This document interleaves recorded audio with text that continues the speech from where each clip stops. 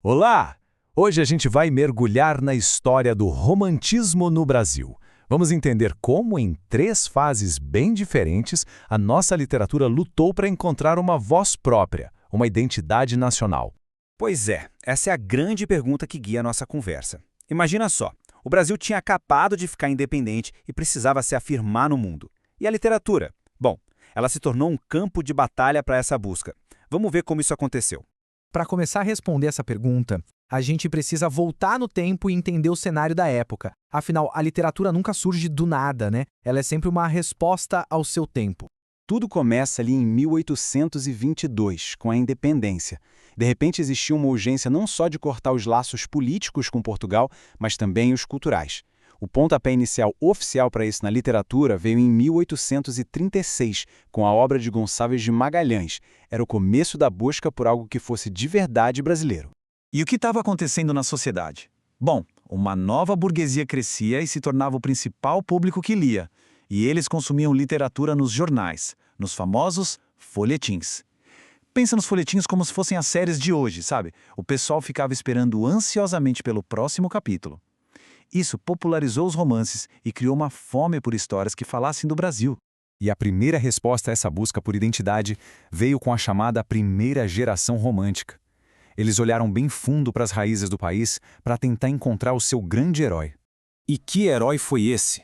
O indígena. O indianismo pegou a figura do habitante originário e a transformou numa espécie de mito, o bom selvagem. Ele era o símbolo da pureza, da nobreza, da força do Brasil antes da colonização.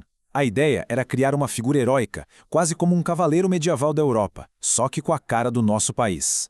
A palavra-chave aqui, sem dúvida, é idealização. Tudo era exagerado, exaltado, a pátria, a nossa natureza tropical exuberante e até o amor, que era sempre platônico por uma mulher vista como um anjo inalcançável. Nomes como Gonçalves Dias e José de Alencar foram os mestres em pintar esse Brasil perfeito e heróico.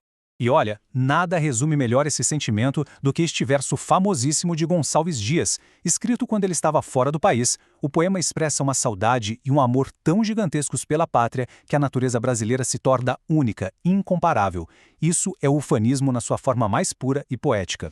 Agora a gente vai para a segunda geração, e aqui o pêndulo muda de lado e muda com força. Se a primeira geração olhava para fora, para a nação, a segunda mergulha de cabeça para dentro, no mais profundo do indivíduo. Essa fase ficou conhecida como Mal do Século. A grande inspiração era o poeta inglês Lord Byron, e por isso também era chamada de geração byroniana. O clima aqui é totalmente outro, sombrio, pessimista ao extremo e muito, mas muito focado no eu. Então, os temas são reflexo direto desse mergulho interior. Muita melancolia, desilusão com o amor, sofrimento, a fuga da realidade, o tal do escapismo era uma constante. E a morte, veja só, muitas vezes não era vista com medo, mas como uma espécie de libertação.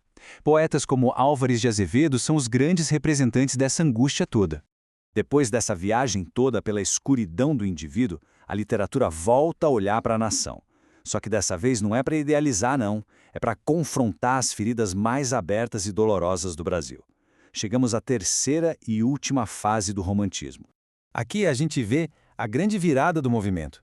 A arte deixa de ser uma forma de escapar da realidade e passa a ser uma ferramenta de luta, de denúncia das injustiças. O foco sai daquele índio idealizado lá do passado e se volta para a realidade brutal da escravidão no presente. É a arte engajada. E o nome Condoreira é muito simbólico. Vem do condor, aquela ave imponente que voa muito alto e que é um símbolo da liberdade. A poesia dessa geração queria ter essa mesma visão, sabe? Uma visão ampla, de cima, olhando para os problemas sociais e buscando a libertação. E o estilo da poesia era feito para chocar, para impactar. Era uma poesia grandiosa, para ser declamada, cheia de exageros, as hipérboles, e de chamados diretos, os vocativos. Não era uma poesia para ler baixinho em casa. Era feita para ser gritada em praça pública, para inflamar o debate e fortalecer a luta abolicionista. E este trecho de Navio Negreiro, do gigante Castro Alves, é a pura encarnação desse estilo. É um grito de revolta, um questionamento direto a Deus sobre a crueldade da escravidão. A emoção aqui é crua, a linguagem é poderosa, é de arrepiar. Ok, para a gente amarrar tudo isso, vamos fazer uma síntese dessa jornada toda do romantismo no Brasil. E a melhor forma de fazer isso é olhando para a figura que sempre esteve no centro de tudo, o herói. Olha só como a coisa evolui. Na primeira geração, o herói é o índio, um símbolo da nação. Na segunda, o herói se fecha em si mesmo. Ele é o próprio eu lírico.